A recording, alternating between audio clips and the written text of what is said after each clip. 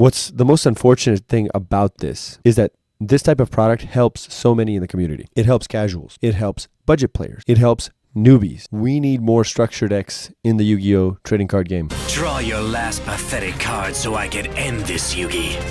My grandpa's deck has no pathetic cards, Kaiba, but it does contain the unstoppable Dueling Wave. Welcome back, everybody. Real quick before we get into the topic of today's video, just want to shout out our not annual, but what would be the word? Video annual, right? Annual video annual. Vidiannual. Even though it's not an annual thing, it's every video thing. I want to shout out the Discord. It's a cool place with cool people. What else do you need? We're about 250 members strong now, and it's, by my completely unbiased opinion, pretty freaking lit. We have channels dedicated to TCG, but more importantly, we have channels dedicated to the FK format. Now, what is the FK format? Well, it stands for F Konami. What else? No, I'm kidding. Konami, if you're watching this, definitely does not stand for F Konami. It stands for Fun Card Format. We have our own ban list where we've hit generic extra deck negates, stupid floodgates, stupid uninteractable bullcrap, where the whole ethos of our game was to make decks more balanced, to make them more fun and more interactive so you can actually play past turn 3. And we've been testing it in terms of tournaments every single month, multiple tournaments a month, and gotta say, it's pretty sweet. We're actually succeeding. So if you guys would like to join, be a part of this really cool format and have some fun while Konami continues to sit on their hands and absolutely destroy their own game, come join us in the description down below. Anyway, back to our regularly scheduled programs. We are in the year of our Lord 2024, almost 2025. We're 3 months away. Actually, a little bit less so than 3 months, right? Because we got October, November, December. Okay, we got a little bit more than 3 months, and we have received a grand total of, drumroll please, of, that's right, this many structure decks. 0. I didn't think it was possible for Konami to be more Konami than they've ever been in history, but they haven't released a single structure deck so far this year. In a year where decks regularly topped $1,000 in value, or maybe not value, that's not the right word for it, price point, where cards like SP Little Knight were released, where engines like Snake Eyes, Diabellstar, Fiendsmith, all of these engines cost hundreds and hundreds and hundreds of dollars. Combined, they cost thousands. We haven't had a single structure deck. Konami just said, here's Fire King, and dipped. I know that we have the Blue Eye structure deck down the pipe. It's been announced, but I just have a bad feeling about this. I have a really fishy, stinky, nasty feeling about this structure deck for multiple reasons. We haven't had one all year. It's Blue Eyes, and it's meta. Why would they do this? They've never done this. When they did release it, when they released competitive Blue Eye support, they released in Shining Victories, and everything was basically secret rare. And then they put a hard-to-get secret rare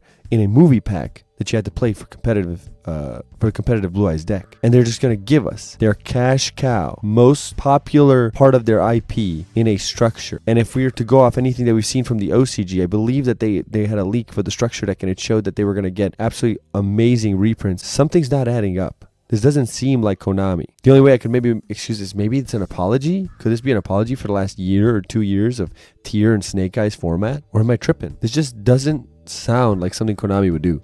I had no reason to doubt the structure deck when Konami was releasing structure decks, right? But when you actually sit down and think, like I did, and I sat down and thought, and I was like, wait, they haven't released structure deck. There was supposed to have been one in February, usually February to April. The last couple of years has been February. Before that, the Alabaz structure deck dropped in April. And looking at that, we didn't get that. We got Phantom Nightmare, which ushered in this AIDS Tier 0 format that we've been stuck in for 7 months. On top of that, we're in September, another month that's notorious for structure deck releases. I think the last 3 or 4 years, there's been a structure deck that dropped in September, like clockwork, maybe even longer. And we don't have one now either. The Blue Eyes structure deck is not even out in OCG. There's talk, oh, it's going to come down the pipeline soon enough. And then, but if it's not even out in there, when are we going to get it? You people think that we're going to get it before the end of the year? That seems like a stretch. Maybe because it's holidays that they could possibly squeeze it in, but we might have the first structure-less year in Yu-Gi-Oh! History. Guys, up until now, we've released 3 per year, like clockwork, every year. February, September, December. That's how they've done it. And this year, we've got nothing. Zilch. Nada. 0. Nulla. In the year 2023, ending with Fire King, right? So in December, we received Fire King, which was a really sweet structure deck. It took an old strategy, reloaded it, made it for modern day, gave it some really cool mechanics, gave it a really cool searcher, a lot of different stuff, and the deck was competitively viable from the get-go. With the Diabellstar engine, you could do really well at regionals and even YCSs with it, and with the Nadir Servant engine, which was like a super budget option, you could literally do well in locals, evidenced by the video, link it up top, of the video GK brought us when he won pretty much right after release a really competitive locals in our area with just 3 structures and the Nadir engine, costing him like $50. Before that structure deck, we had Jack Atlas, right? The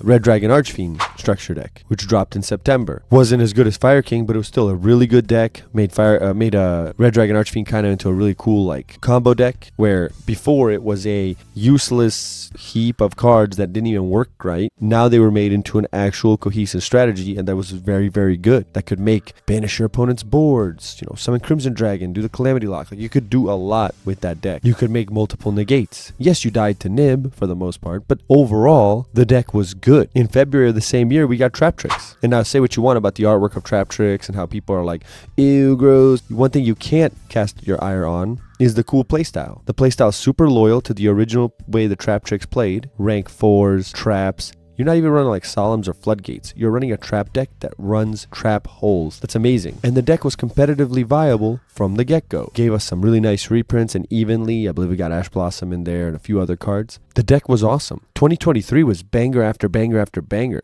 even if all of them weren't for everyone, right? Not every structure deck is going to be for everyone, other than maybe Blue Eye. When we go back to the previous year in 2022, again, December structure deck release, we had Dark Worlds, which was cool. It was a dead strategy from 2013, reloaded just like Fire King's, back into the modern day. They gave him some really cool new cards, some really good consistency pieces, and the deck was a sick combo deck. It was degenerate, but could actually top tournaments, and really was kept down artificially by like Droll and Lockbird. Other than that, that deck could go off. It could FDK you. You know what I mean? Plus, it was a callback to GX. In September of the same year, we received the Crystal Beast structure deck. Kind of a parallel to the next year's Red Dragon Archfiends. Yes, I know that was at 5Ds. This is GX, but back-to-back GX sets here.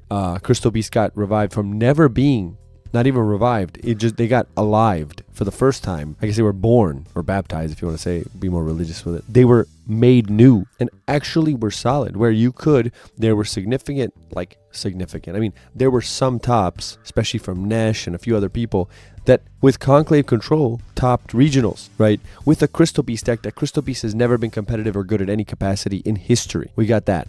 The deck had Ash Blossom as a reprint, and it was still a pretty cheap deck. Sure, wasn't that popular, but the deck was still sweet. You could summon an 11,000 attack Bungus and banish your opponent's whole field, or shuffle it back to the deck. Kind of allusion to Rainbow Dragon in the anime. Another solid rogue deck. In April of that same year, before Crystal Beast, we got frickin' Albaz Strike structure deck. We got Branded Fusion, baby. Branded best deck. We got Branded Support, which made Branded into a cohesive strategy.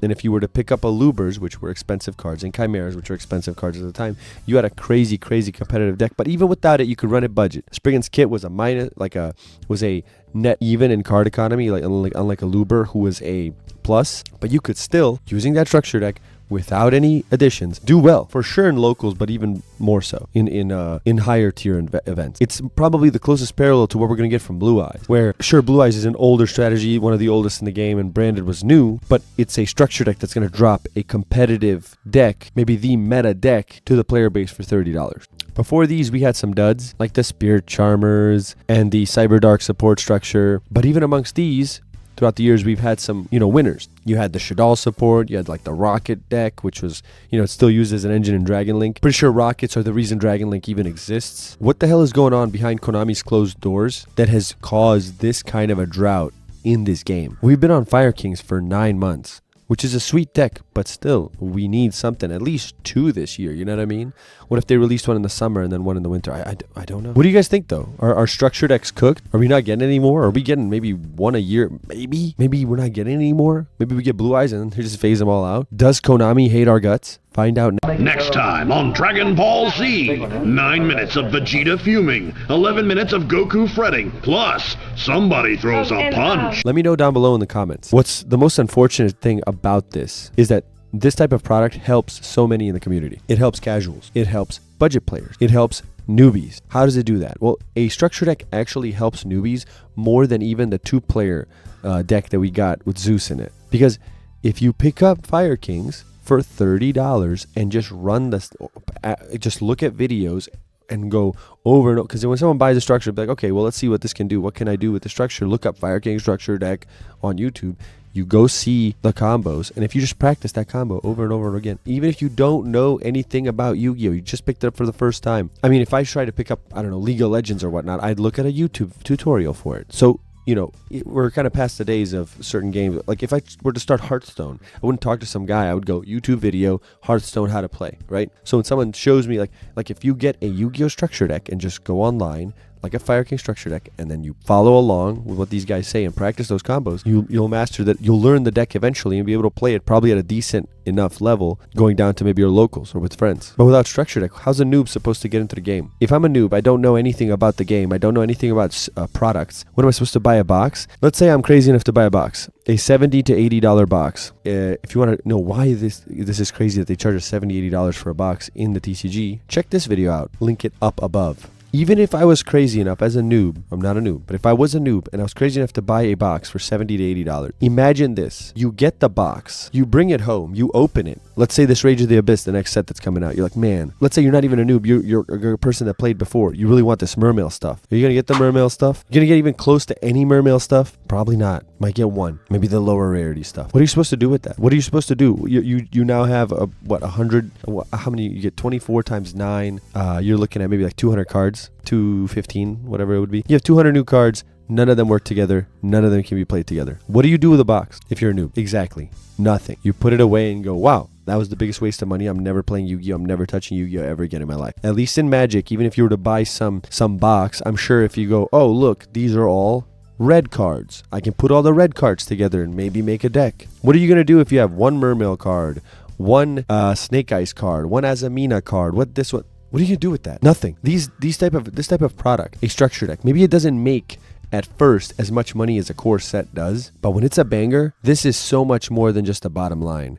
When you have a banger structure deck, it'll sell forever. Like look at the old Blue Eye structure deck. Thing still sells to this day. Albaz still sells to this day. But besides the high, like the profitability and whatnot of this product, one thing that it does is it's an investment from the company into the player base. And what do I mean by that? What I mean by that is it's a show of good faith where you have your budget players who make up a big percentage of this player base. You have the casuals, which make a huge percentage of this player base that buys so many products. And you have noobs who constantly want to get into the game. You know, I've seen your guys' comments. I've seen so many people that have come from Master Duel, Duel Links, or whatnot that want to play this game but are just so confused, you know? These products are a show of good faith. You have these people. These people are a part of the player base. You incentivize them to stay in your player base instead of jumping ship to a cheaper game like Pokemon, where you can get a meta deck for $50. You can buy 3 of these structure decks for $30 to $40. Thanks to inflation, it's closer to $40. But for $40, you get these 3 structure decks. You put them together, and you know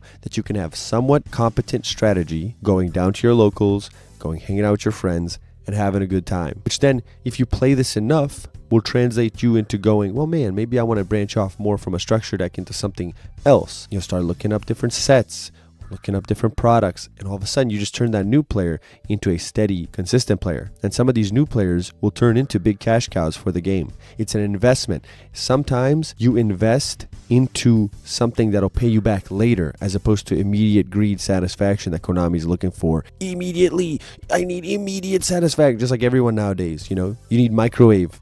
We're in microwave culture, and that's even our companies think like that now. You look at why, not to go on a tangent, but you look at why video games have gone to hell, right? So many video games are trash, reiterations of the same old, tired trope. That's kind of what we're doing here with Yu-Gi-Oh!